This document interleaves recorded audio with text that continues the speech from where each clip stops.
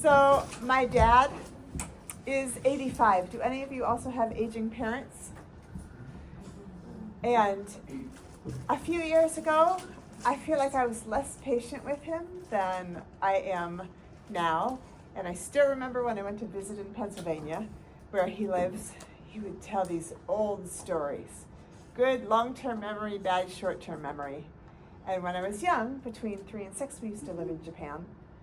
And so I remember saying to him at one point, a few years back, like, Dad, only one story about Japan a day. Just because I was like, oh, these are irrelevant, these have nothing to do with anything. I feel like now I'm a little more patient because I really see his aging and I realize, could it be it feels like it's helpful in connecting to him to share those stories. A few years ago, when it was COVID, I guess more than a few years ago now, he, on a phone call, he said, Julie, can you help me and my friends to know how to connect better with our grandkids? And I thought, what a kind ask. And I think he asked because he knows that I talk about generations and stuff within work. And I was like, sure, well, who are your friends? He's like, my church group. And I was like, sure, well, you think your group can do Zoom? And he's like, I think so.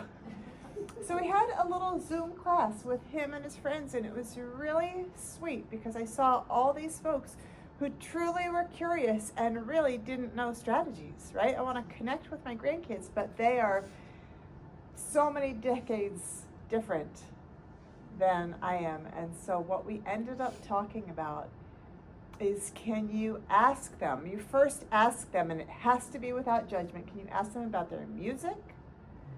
And can you ask them about their games? So that should be relevant to anyone between 3 and 20, maybe beyond, right?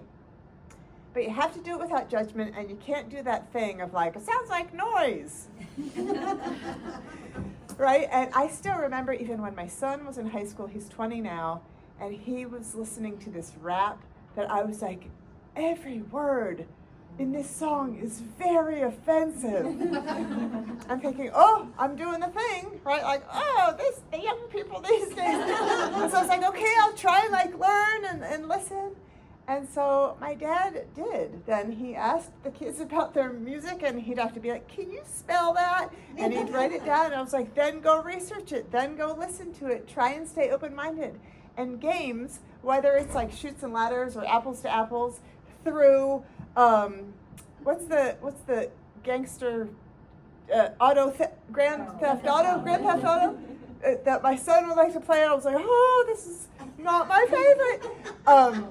Video games, that is connecting. And then my dad would try and sit and play these games with my son, and he was terrible at it. But that is how we can show one another that we care and that we're curious. When we don't judge, we ask questions, and we try and learn even on our own, not just from them.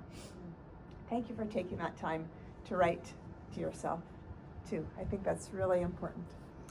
So now I'm going to ask for you, with the person or people sitting right next to you, to take this quiz together. Try and see if you have some answers. You've got 4 minutes. Go. Are we talking about generation that's still alive?